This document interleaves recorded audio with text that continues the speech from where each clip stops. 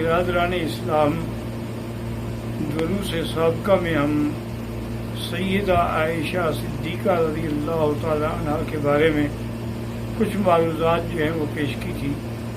آج بھی انشاءاللہ اس کی تکمیل کریں گے، لیکن اس سے پہلے کچھ دوستوں نے یہ تقاضا کیا ہے کہ ہم انہیں صدقۃ الفطر کے بارے میں بتا دیں۔ تو اصل میں رمضان المبارک کا سارا مہینہ ہی نعمت عظمیٰ ہے کہ ایک تو سیام ہے، روزہ ہے، پھر قیام لیل ہے، لیلۃ القدر کی عظمت ہے، 1000 مہینے کے برابر ہے، اس کے بعد پھر اعتکاف ہے، اور ان تمام چیزوں کے بعد صدقہ فطر ہے۔ صدقہ فطر ہر اس آدمی کے ذمہ ہے جس کے پاس سونا چاندی پیسہ ملا کے 52.5 تولے چاندی کی قیمت بنتی ہو، اس کے زیادہ جتنا ہو، یعنی کم از کم اتنا بنتی ہو، تو وہ صاحب نصاب کہلاتا ہے، اور اس پر صدقہ فطر ادا کرنا ضروری ہے۔ صدقہ فطر جو ہے احناف کے نزدیک، چونکہ ہمارے ملک میں زیادہ تر گندم ہوتی ہے، تو لہٰذا 2 کلو گندم احتیاطاً، ورنہ اصل 2.25 کلو ہیں، اور اگر جو ہو، کھجور ہو، کشمش ہو تو 3 کلو ہے۔ لیکن عرب علاقوں میں چونکہ چاول زیادہ استعمال ہوتا ہے، اس لیے ان کے علماء کرام نے 3 کلو چاول کا فتویٰ دیا ہے۔ تو بہرحال جتنا زیادہ دیں گے وہ تو اللہ اس کا حساب اور اجر دیں گے۔ اصل یہ بھی ضروری ہے کہ صدقۃ الفطر جو ہے وہ عید سے 2 دن پہلے سے آپ دے سکتے ہیں، اور اس کی آخری حد یہ ہے کہ نماز سے پہلے ادا کر دیں۔ اگر نماز کے بعد آپ صدقہ فطر ادا کریں گے تو وہ مطلق صدقہ تو ہوگا، لیکن صدقہ فطر نہیں ہوگا۔ اور افضل یہی ہوتا ہے کہ جس ملک میں آدمی نے روزے رکھے ہیں، صدقۃ الفطر بھی وہیں ادا کرے۔ ہاں، اگر بعض حالات میں کسی علاقے میں بے انتہا غربت ہے، لوگ بیچارے اپنے کھانے پینے کے لیے بھی تنگ ہیں، تو ان کو بھی بھیجا جا سکتا ہے، لیکن اسی نصیحت کے ساتھ کہ وہ عید سے پہلے دوسرے فقیروں کو مل جائے اور ان کی ہاتھ میں پیسے آ جائیں۔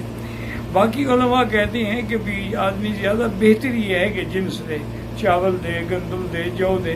صرف امام ابو حنیفہ رحمۃ اللہ علیہ اجازت دیتے ہیں کہ اگر اس کی قیمت ادا کر دے تب بھی ادا ہو جائے گا، کیونکہ حدیث میں لفظ ہے جو چیز فقیروں کے لیے انفع ہو۔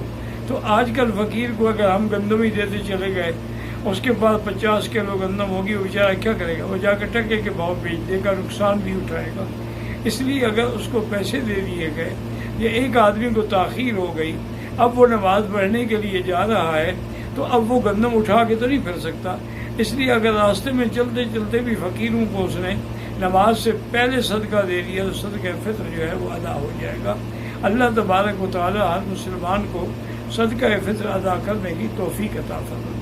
سیدہ عائشہ صدیقہ رضی اللہ تعالی عنہ کے بے انتہا کمالات ہیں۔ سب سے پہلے احادیث مبارک میں ہے کہ حضور ایک سفر میں تھے، اتفاق سے بی بی عائشہ کے گلے میں جو ہار تھا وہ انہوں نے بی بی اسما سے مانگ کے پہنا تھا، لیکن اس کی رسی ٹوٹ گئی، دھاگا ٹوٹ گیا تو وہ گر گیا۔ اس کے بعد بی بی صاحبہ نے تلاش کرنے کے لیے کہا، صحابہ نے بڑی کوشش کی، لیکن وہ ہار نہ ملا، اور نماز کا وقت قریب آ گیا۔ اب پانی بھی نہیں ہے کہ وضو کر کے نماز ادا کر سکیں، تو لوگوں نے حضرت صدیق رضی اللہ عنہ کو آ کے شکایت کی کہ دیکھیں بی بی عائشہ نے اپنے ہار کے لیے حضور کو روک دیا ہے، اور ہم سارے قافلے بغیر نماز کے لیے بیٹھے ہوئے ہیں۔ حضرت صدیق غصے میں آئے تو دیکھا کہ حضور صلی اللہ علیہ وسلم بی بی عائشہ کی گود میں سر رکھے ہوئے بالکل نیند میں ہیں۔ تو حضرت صدیق نے غصے میں آ کر بی بی عائشہ کو پشت میں بھی اور ان کے پسلیوں میں بھی زور سے گھونسا مارا۔ بی بی عائشہ فرماتی ہیں کہ مجھے بڑی تکلیف ہوئی، لیکن میں نے برداشت کیا کہ حضور کی نیند میں خلل نہ آ جائے۔ اور اس کے بعد حضرت صدیق نے فرمایا، عائشہ ابست رسول اللہ صلی اللہ علیہ وسلم، تو اپنے حضور کو روک کر سب کی نمازوں کی مشکل پیدا کر دی ہے۔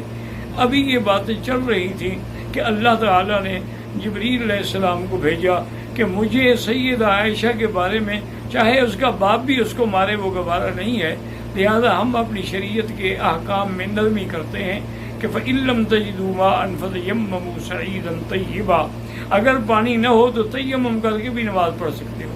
حتیٰ کہ اگر کسی کو غسل کی ضرورت ہے لیکن پانی نہیں تو تیمم کر کے بھی نماز پڑھ سکتے ہیں۔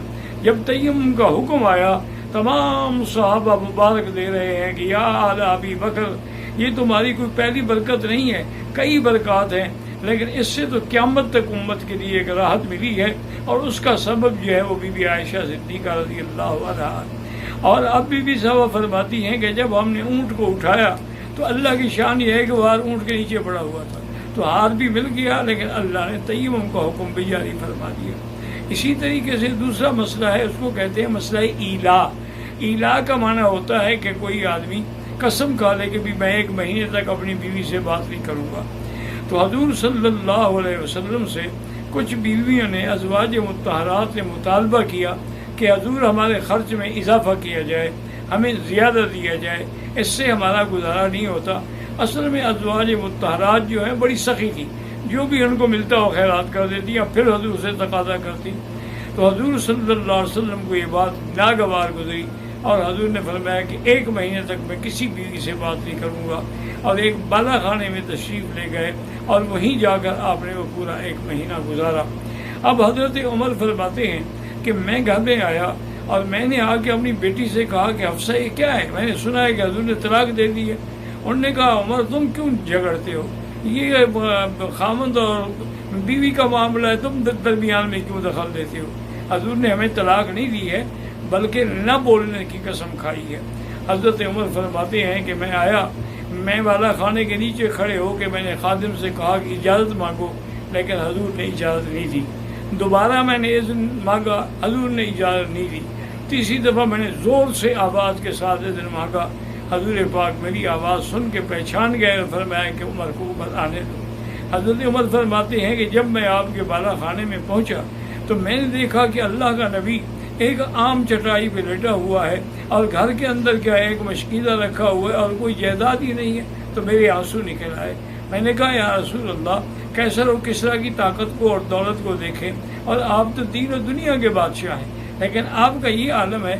آپ نے فرمایا ما ترضیٰ یا عمر، کیا عمر تم اس بات پہ راضی نہیں ہو؟ لہم الدنیا ولنا الآخرہ، ان کو دنیا کی نعمتیں ملیں اور ہمیں آخرت کی نعمت ملے۔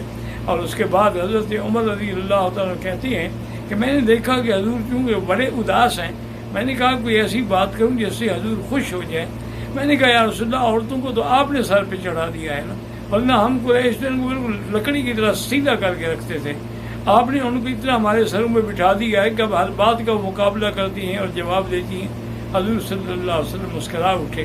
میں نے کہا حل طلقت یا رسول اللہ، کیا آپ نے اپنی بیویوں کو طلاق دی؟ میں نے ما طلق، تو میں نے تو کوئی طلاق نہیں دی، میں نے تو قسم کھائی تھی کہ 1 مہینہ نہیں بولوں گا، یہ طلاق نہیں، یہ ایلا ہے۔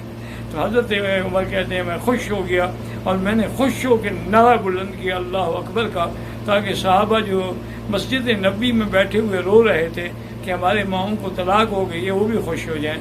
تو حضور صلی اللہ علیہ وسلم ٹھیک 29 دن کے بعد آپ تشریف لے آئے، اور سب سے پہلے بی بی عائشہ کے گھر میں آئے، اور اللہ نے یہ قرآن نازل فرمایا کہ یا ایھا النبی قل لازواجک ان کنتن تردن الحیاۃ الدنیا وزینتها فتعالین امتعکن واسرحکن سراحا جمیلا وان کنتن تردن اللہ ورسولہ والدار الآخرہ فإن اللہ اعد للمحسنات منکن اجرا عظیما۔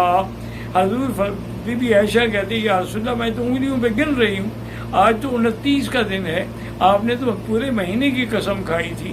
آپ نے فرمایا عائشہ مہینہ کبھی 29 کا ہوتا ہے اور کبھی 30 کا ہوتا ہے، تو یہ مہینہ 29 کا میں نے اپنی قسم پوری کی ہے۔ اللہ نے یہ حکم دیا ہے کہ اگر تم چاہتے ہو طلاق لینا تو آئیں، میں خوشی سے تم لوگوں کو طلاق دینے کے لیے تیار ہوں۔ اگر تمہیں اللہ اور رسول اور قیامت چاہیے تو پھر اسی طرح صبر و شکر کر کے گزارا کرنا پڑے گا، قیامت میں اللہ تمہارے لیے بہت بڑی مغفرت اور اجر عظیم عطا فرمائیں گے۔